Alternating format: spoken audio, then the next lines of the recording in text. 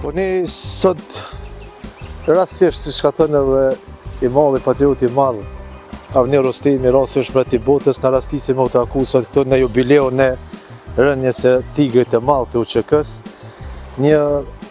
Përveç një luftëtari të madh tash dëshmor i kombit, si bashkëluftëtar i Union që kanë pas fatin tani në luftën e Maqedonisë, por sot jemi edhe në Malishev ku shenjat e luftës dhe të lavdisë së tigrit kanë lënë gjurmë edhe në Malishev gjatë periudhës 1998 në shtrirjen dhe organizimin e luftës.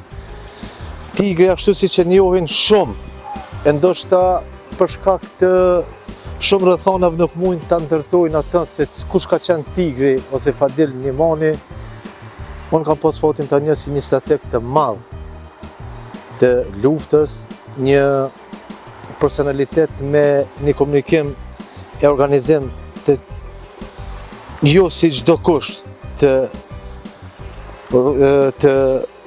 asaj që quhet luftë dhe organizim. Me qenë se po flasim për tigrin, po e shkputi një moment timin me të në vitin 2001 në fshatin Hotle të Karadakut ose të Kumanovës së Kuqe, që kishte të bëjë me një mobilizim, organizim edhe me një plan të marrjes nën kontroll të fshatit Mateq në Karadak. Pra, Ushtria Shqiptare Kombëtare kishte shtirë rollet e veta në shumë fshatra të zonës e Karadakut, po fshati Mateq ishte një pikë aty shumë strategjike për neve, por ishte një vend që unë e kujtoj në atë kohë se ishin të pozicionuar shumë edhe forcat ushtarake dhe paraushtarake maqedone, po ishte edhe ajo ana politike stacionuar aty. Mu më ka lënë shumë brejsa të mëdha që nuk kam arrit edhe nuk e kam pa të shumë njerëz të luftës, se siç e dini edhe ju, siç e dim edhe ne, luftës edhe lufta fshirimtare të periudha 98-2001 nuk kemi pas fatin të bashkangjitën shumë strateg luftarak. Aja që ka poshtë e tigri, sot dhe ditë kam kujtesën time se ai kishte një vizion të qartë, edhe pa planet të mirëfillta, pa një detajim se si duhet bëhen pozicionet, si duhet të sulmohen forcat e armikut, nuk i kisha pa të bashkëluftëtar tjerë. Pra ajo që kujtoj se tigri përveç si luftëtar ka qenë një strateg i madh i luftës, ka qenë një njeri që prapë po e theksoj, edhe kjo shkaku pse ndoj kujtimet e mira me tigrin në atë se ai edhe pse ishte promotor i organizimit të aksioneve në vatat më të rrezikshme që u përballshin forcat tona karshi forcave slave, ai kishte edhe shumë një kujdes për ta ruajtur edhe thonin, si jo veç shëndetin edhe trupin e ushtarit të UÇK-s. Pra tigrin e kujtoj me të vërtetë një strateg, edhe po mos ishte strateg edhe patriot i madh, nuk do të kishte fatin që ai nuk e noli luftën në 98-ën siç e ka nol shumë bashkëluftëtarë tonë. Pra tigri është sinonimi më i mirë, edhe më i vlefshëm, edhe më i lavdishëm e asaj çka përfaqëson edhe çka thot betimi i ushtarit të UÇK-s. Pra këta nuk mujmë me e gjetë të shumë shokë tonë të luftës, e gjojmë të tigri. Po të tigri gjojmë përveç si strateg i madh i luftës, organizator, si shok i mirë, bashkëluftëtar i mirë me një komunikim shumë qartë, shumë disiplinueshëm, gjojmë edhe ata që ai sot në trupin e tij, në historinë dhe lavdinë e tij ka të gdhandër betimin e ushtarit të UÇK-s. Pra betimi i ushtarit të UÇK-s, fragmenti i fundit thotë që do të luftoj deri në shtirimin e trojeve tona shqiptare, edhe qoftë i humbur gjaku im nëse tradhtoj këtë betim. E këtë e gjojmë veç të Fadil Nimani tigri. Si u ndjeve kur e kuptove sa i karadëshme? Unë jo veç për tigrin, por rënja tigrit ka qenë momenti ndoshta më edhe i krenarisë, por edhe i pikëllimit për UÇK-n. Për shkak që tigrat, e tigri nuk ka qenë i zaventueshëm. Po pozicioni i tij, rënja e tij ka lënë shumë hapësirë të madhe. Mirë, po nuk e kam menduar ndryshe.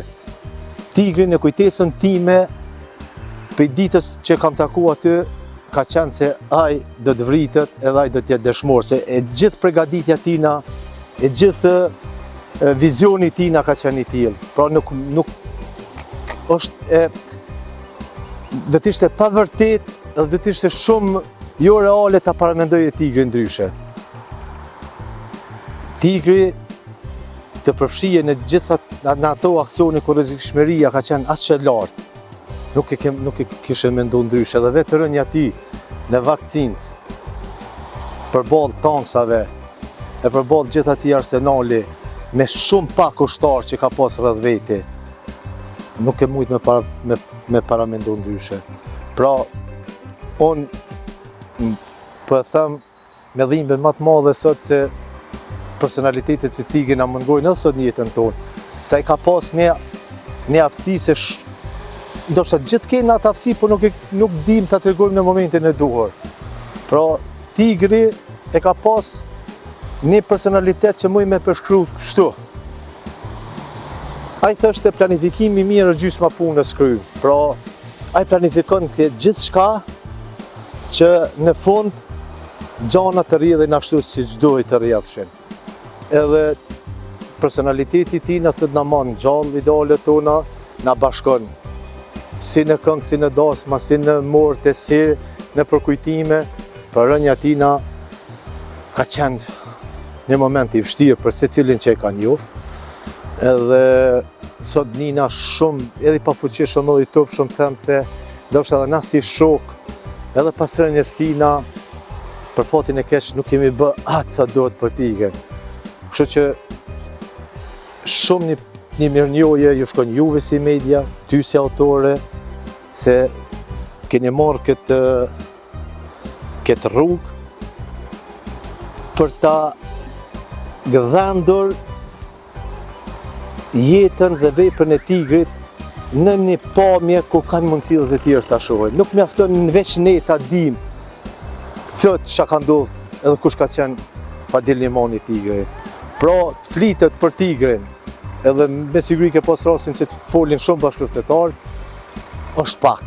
Pra nuk mjaftojnë një mori emisionës, nuk mjaftojnë ditë tëra, se jeta tina, përballja me të, me çka do të qoftë që ka pas, qoftë kjo situata që ke qenë në luftë, ke qenë larg familjes, ose ne kemi qenë shumë pjesëtar të luftave tjera shenjtore që kemi shkuat, që kemi pas edhe familjar, dëshmor, edhe kujdesi ti në raport me neve, në raport me secilin, ka qenë brillant. Pra, tigrin përveç që bashkëluftetar, e ke pas edhe prind, e ke pas edhe vëlla, e ke pas edhe shok, e ke pas edhe motivues, edhe te tigri ke mujt me gjetë gjithçka çka ty tu ka dashur. Ka qenë i ndërtuar personaliteti tina aq mirë, sa që në gjithë këtë listën e plot bashkëluftetarëve tonë nuk mundesh me gjetë si të tillë çfarë ka qenë tigri.